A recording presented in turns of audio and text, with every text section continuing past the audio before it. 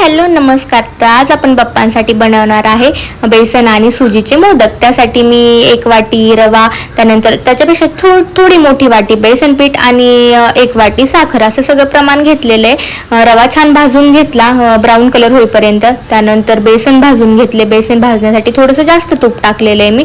आणि बेसन भाजताना आहे ना सारखं हात चालवत राहा. जर बेसन करपलं खाली तर बाप्पा म्हणेल मला करपलेले मोदक दिलेले आहेत. त्यानंतर तिकडे पलीकडे बेसन परत तोपर्यंत मी इकडे पाक बनवण्यासाठी ते पाणी ठेवलेले. पाण्याला उकळी आली की त्यामध्ये ना साखर टाकून घ्यायची आणि बेसन अर्ध शिजलं ना आपलं, अर्ध परतलं गेलं ना, त्याच्यात वरतून पुन्हा 1 चमचा तूप घालायचं. मग ते एकदम लिक्विड फॉर्म मध्ये होतं, एकदम पातळ होतं. घाबरायचं नाही पातळ झाल्यामुळे, ते तसं होतं. आणि इकडे पाण्याला उकळी आल्यावरती साखर टाकली मी त्यामध्ये आणि कलर टाकला. थोडासा कलर ऑप्शनल आहे, तुम्हाला टाकायचं तर टाका, नाही तर नाही.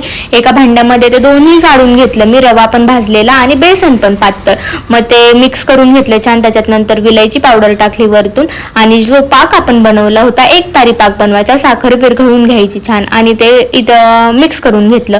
इतकं पातळ झालं होतं. त्यानंतर त्याला अर्धा ते पाऊण तास मी झाकून ठेवलं आणि त्यानंतर त्याचं बघा कसं झालेलं आहे. एकदम घट्ट जसे मोदक बनवता येतील आपल्याला, छान लाडू पण बनवता येतील असं काहीसं झालेलं आहे. तर ट्राय करा आणि मला कमेंट करून सांगा.